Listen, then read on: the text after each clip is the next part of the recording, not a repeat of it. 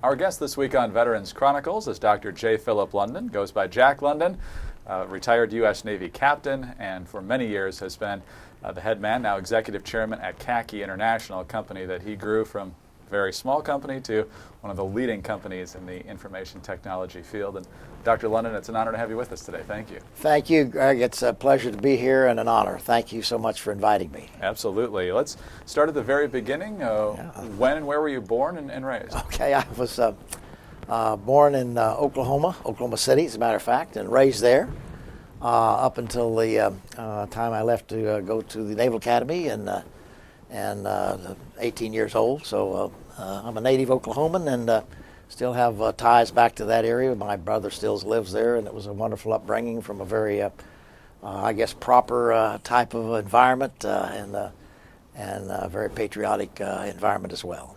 Was there a tradition or history of military service in your family? We have a long history of military service in my family, extended, but dating back even to the Revolution, for that matter. But importantly, I had a lot of my relatives, cousins, uncles had participated in the Second World War. In fact, we lost one of my uncles and a cousin as well. One with the United States Army in Normandy, and another one was killed over Germany in a B-17 with the 8th Air Force. So, and then a number of others served as well. I had another uncle that served with Patton and with the 3rd Army. So I've had a number of relatives and cousins and so forth. I guess it must have been about six or so active combat during that time. So I obviously had a military background from that standpoint, family-wise, and especially my mother's brother, who was a chap that lost his life in Normandy. And then my father's younger brother was the one that served with Patton and went on to serve in the Korean War as well. He did a full career as Army enlisted chap. So it's quite a history. So as a young boy, you had the full appreciation. All around me, yeah, all the time actually. So in the 1950s, you head off to Annapolis. Was it your goal to be in a service academy, or that just kind of how it turned out? No, that it wasn't, so to speak, a goal in the sense of growing up.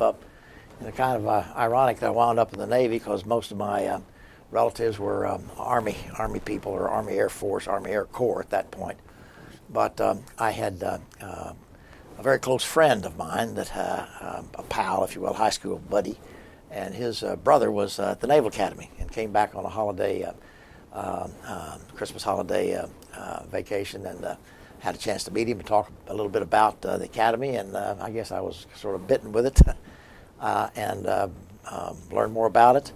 My family had taken a tour through the Eastern Seaboard, a driving tour one summer, and had been through Annapolis. It didn't stick with me too much about what it was all about, but it did by the time I was talking to my friend's brother.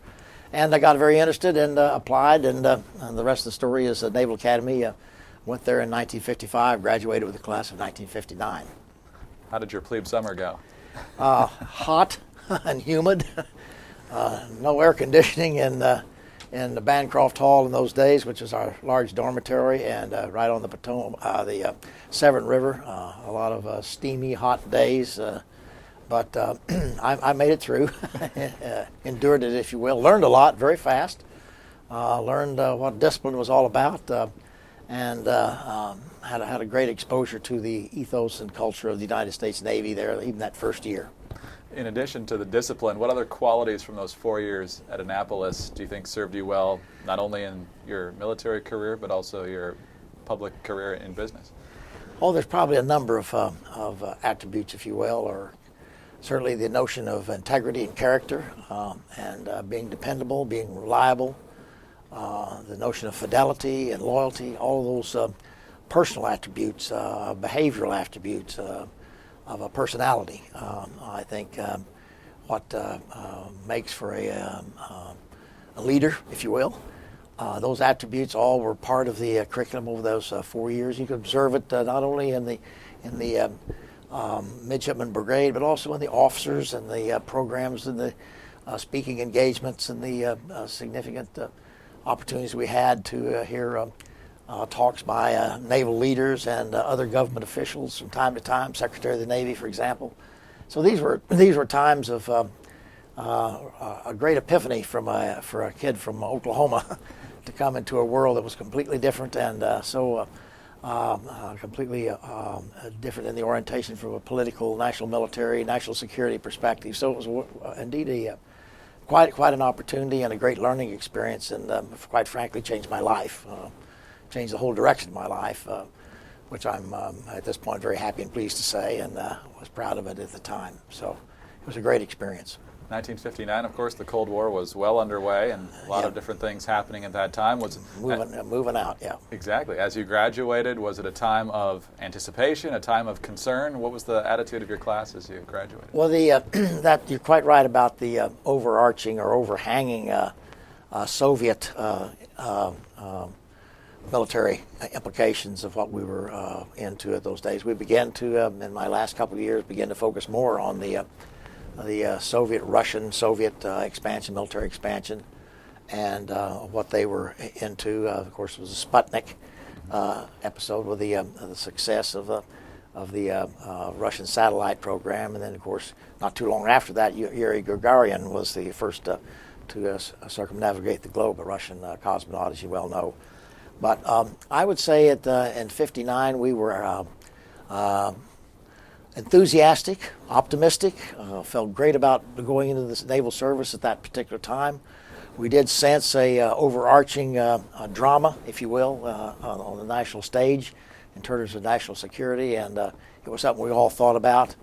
And I wound up going into the anti-submarine warfare community. The Soviet Navy was building up rapidly a significant submarine force capability, nuclear-powered submarines, and of course the ballistic missile program. So it was a big deal to be in the naval forces opposing or countering the Soviet nuclear submarine threat, and that's what I wound up doing in my first few years. Was that something you wanted to do, or you were kind of directed in that direction? No, that was all volunteer in the sense of application. It's what I wanted to do. Okay. I was very fortunate. I had ranked pretty high in my class, I guess the top 75%, up 80% or whatever, fairly high. So I had an opportunity to do select my service. It's selected, you're entitled to select your service based on your position in your class. So I had an opportunity to pretty much choose what I wanted, and I got what I wanted. It was naval aviation. Went down to Pensacola right after graduation into the training command. We talked about the space race briefly just a moment ago. You were part of a historic moment in the space race, and that was the splashdown for John Glenn following his orbiting of the Earth in early 1962. Explain what that was like. Oh,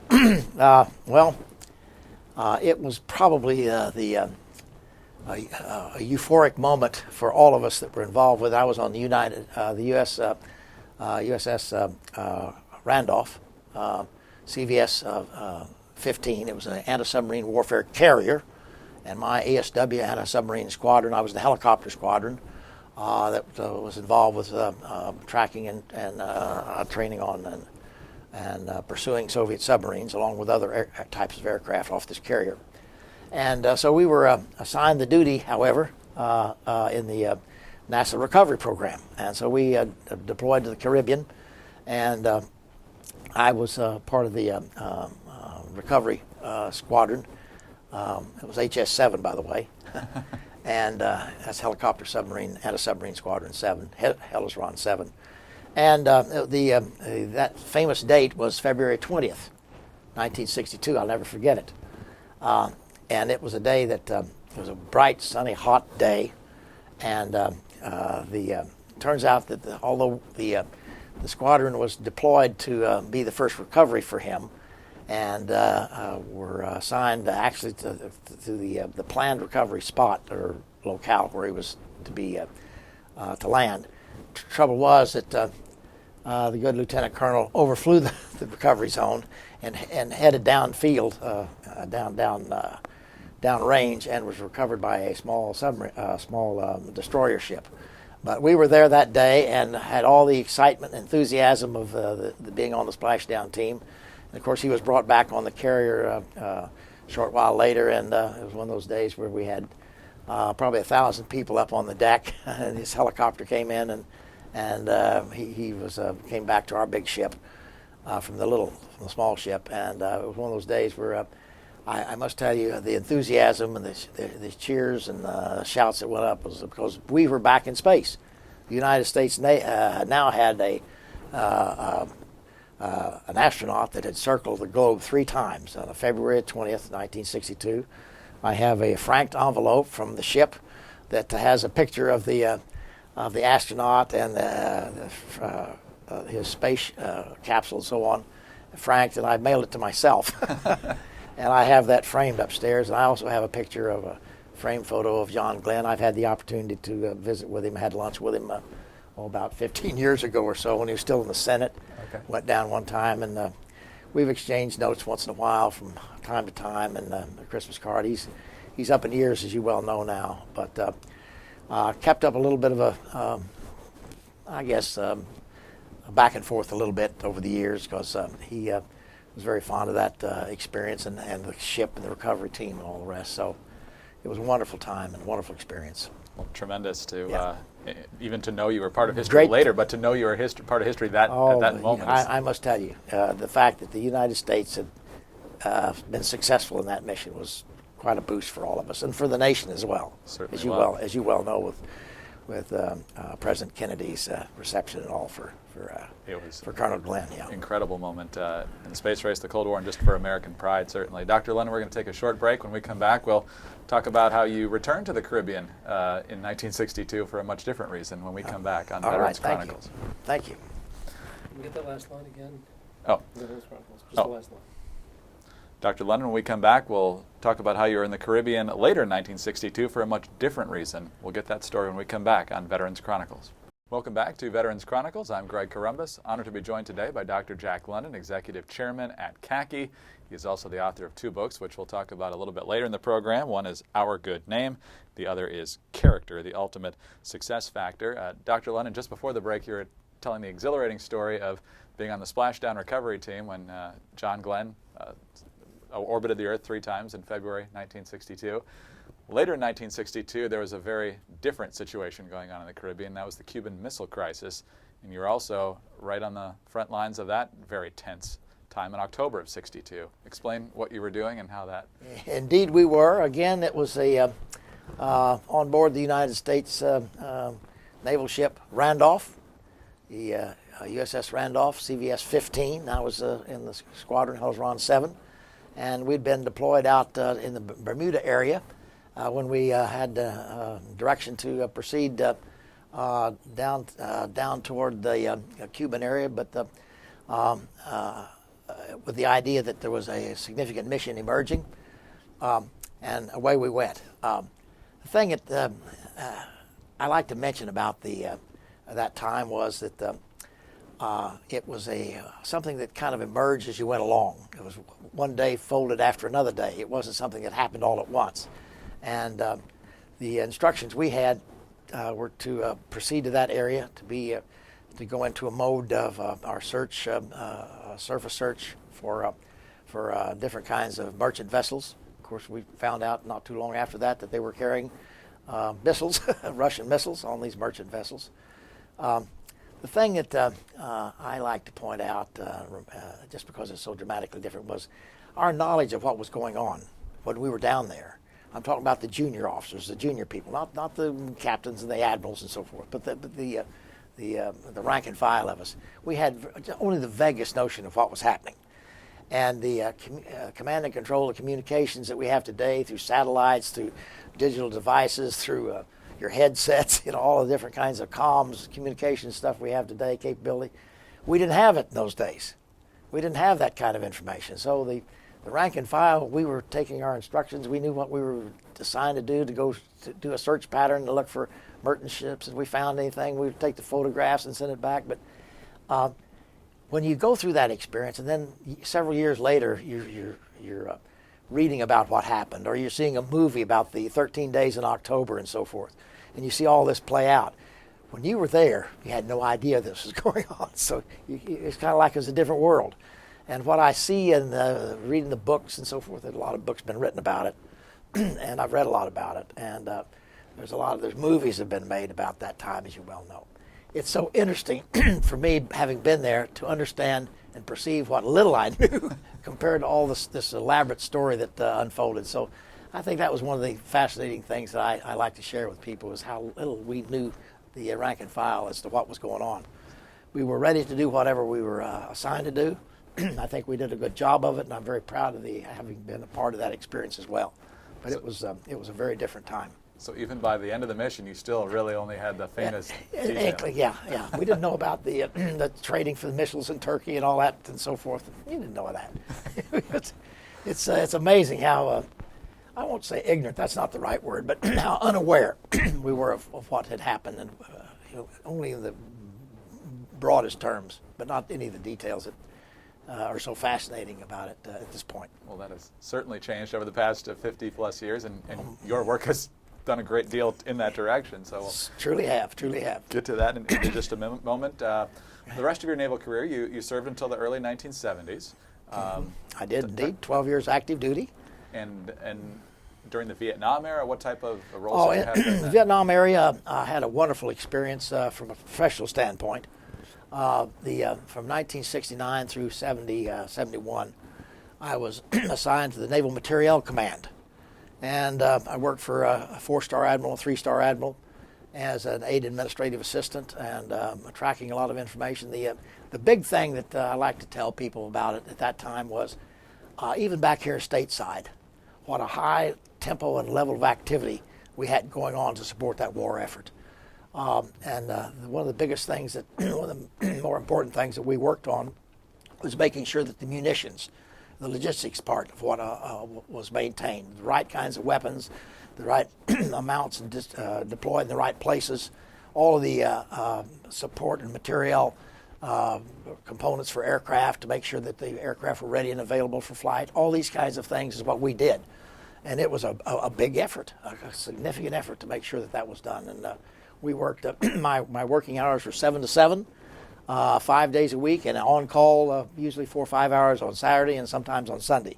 But they were 12-hour days during the week, and it was quite an experience, believe me. And I was proud of the fact that I had that opportunity to see some wonderful naval officers. The leadership at that time were people that had come out of the Second World War. They were flag officers that had been combatants and heroes in that period of time. And I was honored to be of service and be able to work for such wonderful leaders. Learning from those leaders certainly served you well in the private sector, and we'll get to that right after this break on Veterans Chronicles. We are back. This is Veterans Chronicles on the Radio America Network. I'm Greg Columbus. Thanks for listening. Our guest this week, Dr. Jack London, retired U.S. Navy captain, executive chairman at CACI. He's the author of Our Good Name and Character, The Ultimate Success Factor. And so, Dr. London, you left the United States Navy, retired as a captain in the early 1970s, and then came along as the 35th employee of CACI, which we should point out under your leadership now has about 15,000 employees. Over 16,000 today. 16,000 now. What was it about CACI that appealed to you in 1972? Yes, I joined the company at that point in time, and I guess what was appealing was it was a small company with a very important niche technology and capability in modeling and simulation, doing force studies for a lot of work for the United States Navy. Small jobs, very small jobs, 1 or 2 people working a project, but it was a discipline that I had picked up, a lot of the capability that I'd learned at the Naval Postgraduate School in getting my master's degree in operations research in modeling and simulation. So it was a nice fit.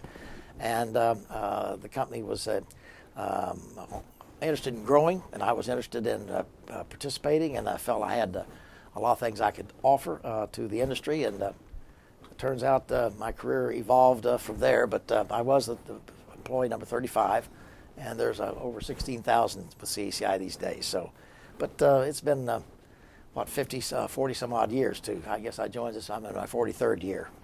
Well, with a staff that small at the time, it didn't take you too long to rise up the chain, but as you gained more and more responsibility, you also had a chance to kind of develop your own vision and implement that vision. What did you see the company as possibly achieving as compared to what it was doing at that time? Terrific question.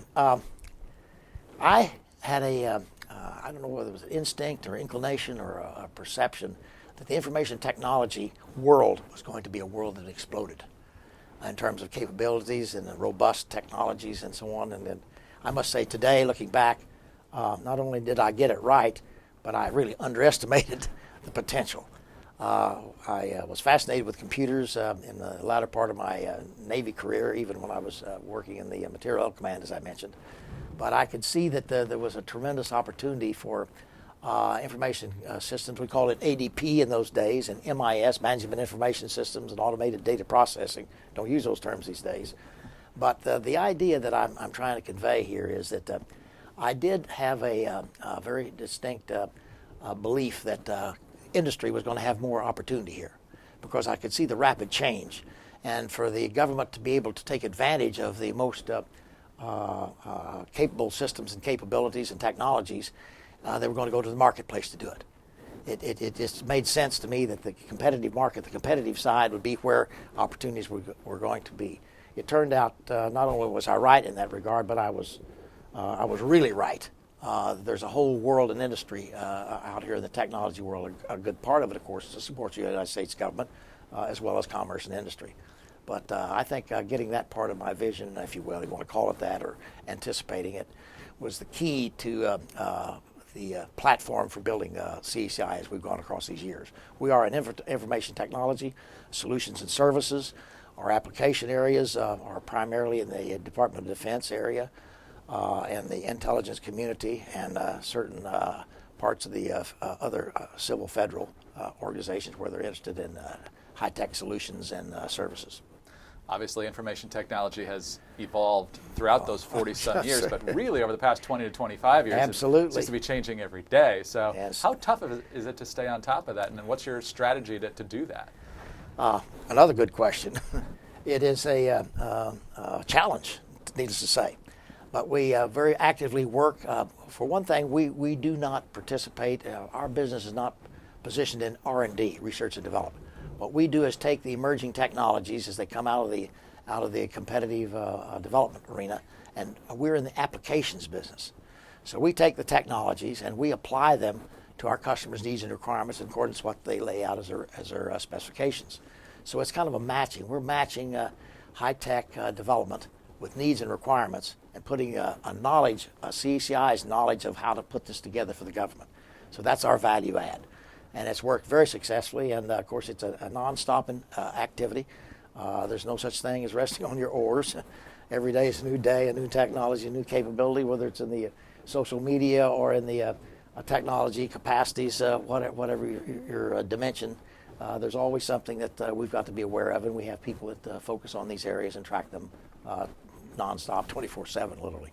How well do you think not only, I guess, your industry is doing, but the government is doing when it comes to this type of threat? Now, we've seen the hackings recently and that sort of thing. How are we ahead of the game? Are we about even with some of these less than reputable enemies of ours? Where would you say we are? I would say the United States government is very competitive, for sure, in the capabilities and technologies. The two big dimensions of the threat arena today, which CACI is in the national security field, if you will, security applications and support for national security. And the cyber threat is one of them, and of course the other is the Islamist, jihadist type threat. Those two dimensions really are very challenging for our country, and information technology solutions or applications are very much germane to keeping up with the bad guys, if you will, monitoring their activities and so on, trying to anticipate, of course, over the cyber warfare area. Obviously, it's defensive capabilities, but also offensive needs and requirements. And CACI is positioned to respond to and participate in those problem areas and challenges. You can take a drink if you need to. Yeah, I do. Yeah, sure. Dr. London, let's go to one of the more difficult chapters in CACI's history, and that, of course, is related to the Abu Ghraib prison scandal. There were allegations that personnel of yours were directly involved in some of the mistreatment of prisoners there, and that put the reputation of you and your company on the line and led to a vigorous effort, of course, to clear your name and defend what happened and set the record straight. So briefly describe what happened and how you went about correcting the Surely there was a investigative project by General Taguba, Major General Antonio M. Taguba. It was the an Article 15.6 UCMJ investigation that was in draft form, a secret report that was leaked to the public by somebody in the military establishment, and it happened to mention one of our employees having participated in some minor way, actually, to some of the issues at Abu Ghraib. And when that hit the fan, so to speak, with the 60 Minutes to the photographs and so on, and then Seymour Hersh in the New Yorker magazine had an article about it that mentioned CACI or alluded to CACI. It became a whirlwind, and of course the allegations mounted just unbelievable. I would quickly point out that we were investigated. The company was looked at. There are 9 different kinds of investigations within the United States government, the military, and so on, and not a one of those was found us guilty to the extent or to culpable in any way, and we were never charged with anything by the government. If there's anything I know in this life, if the United States government believes that you as an organization or as an individual have done something culpable that they can charge and prove and so forth, they're going to do it. So we felt very good about that, and I had a personal outside investigation conducted, and was very satisfied with the fact that we didn't have anything to do with the primary aspect of that at all. As a matter of fact, we didn't appear in any of the photographs. There was no charges by the individuals. There's been some lawsuits that have dangled, these are civil suits, but we're essentially about through with them. But I was very proud of the way our people stood up to that. I was proud that under investigation that it proved that we had not done anything. If we had have, we would, if any of our people had have been culpable or are guilty of any of the charges, we would have taken proper actions, worked with the government to do whatever was necessary to ameliorate the condition or satisfy the requirements, to fix it, in other words. But it turns out there wasn't any, which is an interesting experience, because it's a little bit like a feeling. I now know what it was like. Maybe these lynch mob ideas. They got the burning torches and so forth, and you're guilty. Whether you're guilty or not, you're guilty as charged. They're going to take care of it. I learned a lot from that experience. I learned that you've got to take care of yourself. That you've got to investigate things thoroughly on your own. You have to be candid and honest with yourself about what's going on. If there are issues, you got to be prepared to address them. That was a great learning experience. We did prepare a book, as you mentioned, Our Good Name, a company's fight to defend its name, and we're very pleased. It's almost like a documentary. I might mention that the United States Army and the Department of Defense have taken that book and put it in the repository of data and documents and records pertaining to the Iraq War and its history. And at some point, maybe 10 or 15 years, when they pull all the information together and start to write the history, they'll take a look at our book. So I was very proud that they believe that the quality of our work, it's like a documentary, the book, in many ways. It's got about 700 pages and about 700 footnotes. So it's very thoroughly done, almost as a documentary, almost like a college paper, university research project. I did it on purpose because I wanted that book to represent the facts as we knew them, the facts as they emerged, and to tell our story. And I think that was very much appreciated by our clients and our people, our employees in particular. And it had a pretty good coverage as well in the press and the media. And I'm very glad we did it, frankly. Our reputation today is wonderful, and we're seen as a top trusted partner in our engagements with the United States government. And a lot of it had to do with how we handle ourselves during that particular time.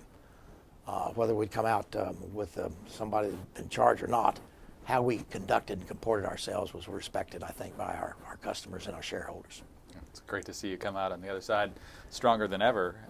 Your new book is less dramatic, but it's also just as important. Yeah. Character, the Ultimate Success Factor. And this is kind of you looking at the different qualities of honesty, integrity, and all sorts of other qualities that have served you well and you believe would serve individuals, business leaders, political figures well.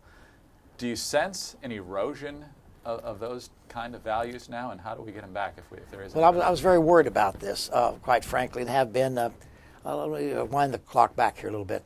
We've been at CACI, along with my board and my colleagues, for 30, 40 years now, almost since when I arrived. Have been on had a part of our management philosophy, our direction, was to create an organization that was respected, that was known for its integrity, and for being very capable, the professional side of it, as well as the behavioral side, if you will.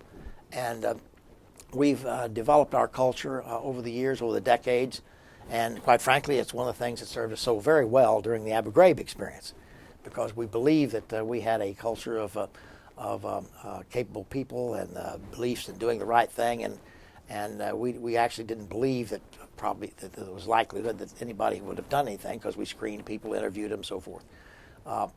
But the lessons I learned at Abu Ghraib, coming out of my history of working in the culture of character and integrity and ethics, I felt like that there was something that could be said about it. And I started that book about 4.5 years ago, close to 5 years now.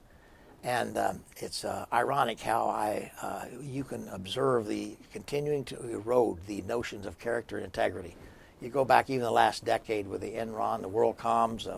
You got Bernie Madoff, who's almost a poster boy on how to cheat people. Billions of dollars he bilked out of so many people.